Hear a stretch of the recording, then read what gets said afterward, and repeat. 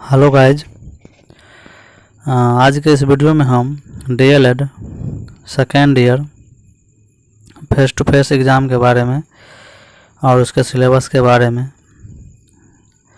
एक एक पॉइंट चर्चा करेंगे दोस्तों, क्योंकि एग्ज़ाम नवंबर में होने वाली है दोस्तों, प्रथम वर्ष का भी और द्वितीय वर्ष का भी। इससे पिछले वीडियो में हम प्रथम वर्ष वाले DElEd face to face exam का जो है सिलेबस के बारे में चर्चा कर चुके हैं, और अगले वीडियो में हम उसके क्वेश्चन के बारे में हर एक यानी F1 से लेकर के F12 तक के क्वेश्चन के बारे में चर्चा करेंगे। किस तरह से उसको लिखना है, कैसे जवाब देना है, किस शैली में जवाब देना है, उस सब पर हम चर्चा करेंगे दोस्तों। अभी के वीडियो में हम डीएलएड सेकेंड ईयर के सिलेबस के, क्योंकि एग्ज़ाम नज़दीक है, उसके सिलेबस के बारे में जान लेते हैं। तो चलिए दोस्तों स्टार्ट करते हैं। तो ये जो है दोस्तों, ये प्रथम वर्ष का है, इसके बारे में हम चर्चा कर चुके हैं, और अभी हम जो चर्चा करेंगे वो सेकेंड ईयर के बारे में चर्चा करेंगे। तो यहाँ पे आप देख सकते हैं दोस्तों, द्वितीय वर्ष सेकेंड ईयर, ये जो सिलेबस है, तो ये कोड दिया हुआ है S1। अब सेकेंड ईयर का सीरीज क्या है, S1, S2, S3, इस तरह से S9। तो इसका जो ये विषय का नाम हुआ, ये क्रेडिट हुआ दोस्तों, ये बाह्य परीक्षा और ये आंतरिक परीक्षा। तो सभी चीज़ के बारे में जानेंगे एक एक करके, क्योंकि दोस्तों मुझे अनुभव है, हम भी एग्ज़ाम दिए हुए हैं। मुझे डीएलएड में 83% अंक मिला है दोस्तों। यही अनुभव आप लोगों के साथ शेयर कर रहे हैं, किस तरह से लिखना है और किस तरह से क्वेश्चन को हल करना है। तो चलिए एक एक करके पहले सिलेबस देख लेते हैं, उसके बाद हम चर्चा करते हैं। चलिए दोस्तों इसको हटा देते हैं। चलिए देखिए, S1 है दोस्तों, समकालीन भारतीय समाज में शिक्षा। समकालीन यानी अभी के समय में हमारे भारतीय समाज की शिक्षा कैसी है, किस तरह से होनी चाहिए, और बच्चों को किस तरह से शिक्षा दिया जाए, इसके बारे में इस चैप्टर में दिया हुआ है। इसके हम सिलेबस के बारे में भी चर्चा करेंगे एक एक करके। यहाँ पे हम देख रहे हैं दोस्तों, ये हम लाए हुए हैं, तो इसके बारे में चर्चा करेंगे। बस अभी नाम देखते हैं और इसका क्रेडिट देखते हैं। क्रेडिट 4 है दोस्तों। एक क्रेडिट का मतलब होता है दोस्तों 30 घंटा। तो इसमें 4 क्रेडिट है दोस्तों, यानी कि 120 आवर में ये जो है सिलेबस आपका S1 का ख़त्म होता है आपके कॉलेज में। इसका एग्ज़ाम दोस्तों 70 नंबर का आपको बोर्ड लेगा, यानी बाह्य परीक्षा और आंतरिक एग्ज़ाम। आंतरिक जो इसका होगा वो 30 नंबर का होगा, जिसमें से आपको 28-29 मिल ही जाएगा। S2 देखें दोस्तों, संज्ञान सीखना और बाल विकास। इसमें भी दोस्तों क्रेडिट 4 है, और बाह्य परीक्षा 70 का है और आंतरिक परीक्षा 30 का। ये दो ही एग्ज़ाम आप दो को दोस्तों, S1 S2 70 का होगा, और बाकी सभी 35-40 का होगा। ज़्यादा 35 का है और एक 40 का है। S3 का एग्ज़ाम दोस्तों आपको बोर्ड नहीं लेगा, ये कॉलेज के द्वारा ही दिया जाएगा। S4 का एग्ज़ाम, S3 है कार्य और शिक्षा। समझ गए दोस्तों, इस सब के बारे में हम चर्चा करेंगे। सिलेबस क्या है, इसके पूरा डिटेल जानेंगे हम। अभी बस नाम देखते हैं, और उसका बाह्य परीक्षा और आंतरिक परीक्षा कैसे होगा ये देखते हैं, और क्या क्या पढ़ना है ये आगे हम चर्चा करेंगे। कहाँ से क्वेश्चन आता है ये भी चर्चा करेंगे। S4 है दोस्तों, स्वयं की समझ। तो स्वयं की समझ में क्रेडिट 2 है। एग्ज़ाम आपको 35 का होगा, और 15 जो है प्रैक्टिकल होगा दोस्तों। समझ गए। चलिए अब S5 है दोस्तों, विद्यालय में स्वास्थ्य, योग एवं शारीरिक शिक्षा। क्योंकि दोस्तों स्वस्थ शरीर में ही स्वस्थ मस्तिष्क का विकास होता है दोस्तों। इसीलिए विद्यालय में आजकल विद्यार्थियों के स्वास्थ्य और योग और शारीरिक शिक्षा पर भी ज़्यादा बल दिया जाना चाहिए। इसका जो सिलेबस है ये दोस्तों नया ऐड हुआ है। ये स्वयं की समझ भी ऐड हुआ है दोस्तों, जिसमें क्रेडिट 4 है, बाह्य परीक्षा 40 का होगा और आंतरिक 60 का होगा। 6 है पैडागोजी ऑफ इंग्लिश दोस्तों, इसको ध्यान से पढ़िएगा, इसमें बहुत विद्यार्थी फेल होता है, क्योंकि 18-20 के एग्ज़ाम में करीब हमारे कॉलेज से कम 50 स्टूडेंट में कम से कम 20 स्टूडेंट ऐसा है जो इंग्लिश में उसको फेल कर दिया गया दोस्तों। इसलिए अंग्रेजी पर जो है आपको ज़्यादा फोकस करना है, और सभी विषय आपको अच्छा स्कोर कर देगा। लेकिन इंग्लिश क्या होता है कि दोस्तों, इसमें एग्जामिनर क्या करता है, हर एक 2 से 3 नंबर 5 नंबर, इससे ज़्यादा नंबर किसी को नहीं दिया है। हमको तो मिला है अच्छा नंबर, लेकिन और बहुत सारे विद्यार्थी हो जिसको हम अपना मार्कशीट भी आपको दिखा देंगे। तो बहुत सारे ऐसा विद्यार्थी जिसको इंग्लिश में फेल कर दिया गया, इसलिए इंग्लिश पर ज़्यादा ध्यान दीजिएगा। S7 है दोस्तों गणित का शिक्षण शास्त्र, ये प्राथमिक स्तर का होगा। 2 दिया हुआ है दोस्तों, क्योंकि यहाँ पे गणित का शिक्षण शास्त्र 2 है, ये सेकेंड ईयर का है इसलिए 2 दिया है। प्रथम वर्ष का 1 दिया रहेगा। ये भी 35 का एग्जाम होगा और 15 का प्रैक्टिकल होगा। S8 है दोस्तों हिंदी का शिक्षण शास्त्र, 35 का एग्जाम बाय होगा और 15 प्रैक्टिकल होगा। S9 में उच्च प्राथमिक स्तर पर जो है S9 का ये ऑप्शनल सब्जेक्ट है दोस्तों, इसमें आप चूज कर सकते हैं साइंस आर्ट जो भी है। तो 35 का होगा बाह्य परीक्षा और 15 का आंतरिक होगा। ये SAP2 है दोस्तों स्कूल इंटर्नशिप प्रोग्राम।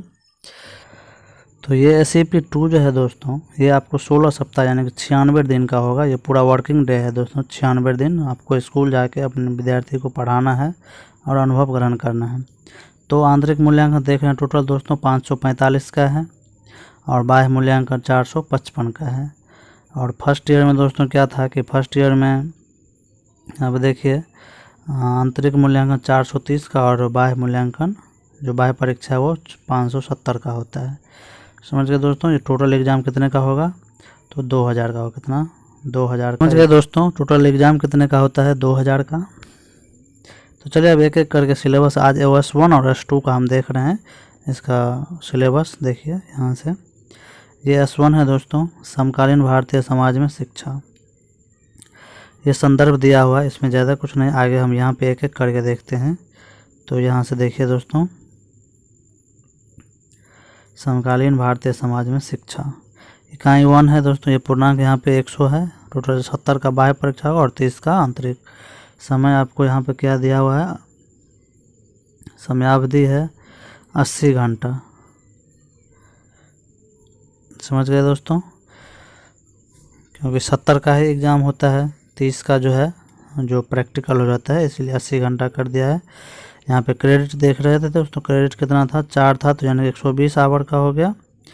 तो इसमें से आपको 30 जो है घटा दिया, इसलिए 70 जो है 70 का एग्ज़ाम का जो टोटल किसका कितना हो गया 80 का हो गया, 80 घंटा हो गया। समझ गए दोस्तों। तो चलिए अब एक एक करके देख रहे हैं। इकाई 1 में समकालीन भारतीय समाज की चुनौतियां और शिक्षा। इकाई 1 से दोस्तों एक क्वेश्चन आता है, हर इकाई से 1-2 क्वेश्चन पूछता है। तो इसमें एक सत्ता से ये जो क्वेश्चन है, समाज में सत्ता जो है दोस्तों, इससे क्वेश्चन आता है वर्चस्व तथा प्रतिरोध। पहला है विविधता और समानता तथा वंचना, अवधारणात्मक समझ तथा शैक्षिक संदर्भ, इससे भी क्वेश्चन होता है। विविधता से एक क्वेश्चन आता है, पढ़ लीजिएगा दोस्तों। समाज में सत्ता वर्चस्व का प्रतिरोध, इससे भी एक क्वेश्चन आता है। और समानता, इससे भी एक क्वेश्चन आता है। तो यहाँ पे देखते हैं दोस्तों, सबको शिक्षित करने की परिकल्पना वर्तमान समय में नीति निर्माताओं और शिक्षाविदों, शिक्षकों तथा अभिभावकों के लिए एक महत्वपूर्ण मसौदा बन गया है। लगभग सभी जाति, क्षेत्र, वर्ग, लिंग तथा धर्म के बच्चे विद्यालय शिक्षा प्राप्त कर रहे हैं, लेकिन गुणवत्तापूर्ण विद्यालय शिक्षा तक समतामूलक पहुंच आज भी एक चुनौती बनी हुई है। तो यही है दोस्तों, इसमें बताया है समता और समानता और सामाजिक न्याय के लिए शिक्षा। तो इसमें क्या किया गया है, हर एक समाज में समान रूप से शिक्षा दिया जाए, सभी को शिक्षा का अधिकार है, सार्वभौमिक शिक्षा का सार्वभौमिकरण किया जाए। तो इसके लिए इसमें इस इकाई में दिया गया है। तो एक तरफ समाज से देखें इस लाइन में पंक्ति में, एक तरफ समाज से व्याप्त असमानता तथा वंचना ने शिक्षा के समान अवसरों को प्रभावित किया है दोस्तों। समझ गए। वहीं दूसरी ओर विद्यालय की अंतःक्रियात्मक प्रक्रिया में भी असमानता, वंचना तथा वर्चस्व जैसी विभेदीकृत गतिविधियां अंतर्निहित है। तो ये इसका डिटेल दिया है दोस्तों। यहाँ से क्वेश्चन आता है, समानता से एक विविधता से क्वेश्चन आता है। क्वेश्चन भी हम आपको दिखाएंगे दोस्तों। इसका वीडियो शायद हम बना चुके हैं S1 का, तो आप लोग डिस्क्रिप्शन में इसका हम लिंक दे देंगे, आप लोग देख लीजिएगा। तो चलिए आगे देखिए, शिक्षा के समकालीन मुद्दे। शिक्षा के समकालीन मुद्दे, तो यहाँ पे एक आधुनिकीकरण, वैश्वीकरण, सामाजिक परिवर्तन तथा शिक्षा। तो ये इसमें से एक क्वेश्चन आता है कि शिक्षा का वैश्वीकरण या आधुनिकीकरण, इससे क्वेश्चन आता है दोस्तों। और इसमें से शिक्षा का निजीकरण, इसमें भी से भी क्वेश्चन आता है। तो आप लोग देख लीजिएगा दोस्तों, यहाँ पे आप लोग पढ़ लीजिएगा वीडियो पॉज करके। चलिए आगे देखिए, यहाँ पे है शिक्षा में के राजनीतिक एवं संवैधानिक संदर्भ। तो राज्य, लोकतंत्र और शिक्षा, भारतीय संविधान के संदर्भ में बताया गया। राज्य, लोकतंत्र और शिक्षा के जो है भारतीय संविधान के संदर्भ में बताया गया है। दूसरा पॉइंट है शिक्षा का सार्वभौमिकरण। तीसरा है बच्चों और शिक्षा का अधिकार, बच्चे और शिक्षा का अधिकार। चौथा है राष्ट्रीय विकास और शिक्षा। इससे भी क्वेश्चन आता है दोस्तों। क्वेश्चन हम दिखाएंगे तब आपको समझ में आएगा दोस्तों, प्रूफ दिखाएंगे। चलिए आगे देखते हैं। अगला है शिक्षा और सामाजिक अपेक्षाएं। चौथा यूनिट है ये। इसमें दिया हुआ है शिक्षा, विद्यालय तथा समुदाय, शिक्षाई संस्थाएं, आर्थिक सुधारों का शिक्षा पर प्रभाव, शिक्षा और माध्यम भाषा, और यह चौथा 5वां में है तो समाज में नवाचार और विकास के लिए शिक्षा। चलिए आगे देखते हैं क्या है। चलिए यह इसमें 4 यूनिट ही दिया हुआ है दोस्तों। तो चलिए यूनिट फर्स्ट देख लिए यूनिट। चलिए अब देखते हैं दोस्तों S2 का। S2 क्या था दोस्तों? संज्ञान, सीखना और बाल विकास। इसमें बच्चों के बारे में ज़्यादा दिया गया है दोस्तों, तो इसमें यही सब है। उद्देश्य देख रहे हैं। इसका उद्देश्य क्या है? संज्ञानात्मक एवं संप्रत्यात्मक विकास की अवधारणा तथा सीखने के संदर्भ में इसके सैद्धांतिक आधारों का विश्लेषण करना, सीखने की योग्यता एवं निर्योग्यता, डिजेबिलिटी की समझ विकसित करना, ये इसका उद्देश्य है दोस्तों, ये बाल विकास चैप्टर का। चलिए आगे हम देखते हैं इसका सिलेबस क्या क्या है। पहला सिलेबस है दोस्तों, देख लीजिए। बच्चों में संज्ञानात्मक एवं संप्रत्यात्मक विकास, कंसेप्चुअल विकास करना दोस्तों। संज्ञानात्मक यानी कि मेंटल एबिलिटी, उसका विकास करना, कॉग्निटिव डेवलपमेंट करना, कंसेप्चुअल डेवलपमेंट करना, ये सब चीज़ इसमें आ जाता है दोस्तों। तो यहाँ पे एक एक करके देख लीजिए। संज्ञानात्मक विकास की समझ है, बच्चों के संदर्भ में दिया गया। दूसरा है संज्ञानात्मक विकास और सीखना। जीन पियाजे के सिद्धांत के बारे में पढ़िएगा दोस्तों, ये जरूर निश्चित ही पूछता है। इसका शैक्षिक निहितार्थ भी पूछता है और इसके प्रत्येक अवस्था के बारे में भी पूछता है। संज्ञानात्मक जीन पियाजे जो दोस्तों 4 अवस्था दिया हुआ है, संवेदी पेशी अवस्था, पूर्व संक्रियात्मक अवस्था, मूर्त संक्रियात्मक और अमूर्त संक्रियात्मक अवस्था। तो इसके बारे में आप अच्छा से पढ़ लीजिएगा। और तीसरा है संज्ञानात्मक विकास और बुद्धि की अवधारणा। बुद्धि से भी क्वेश्चन आता है दोस्तों।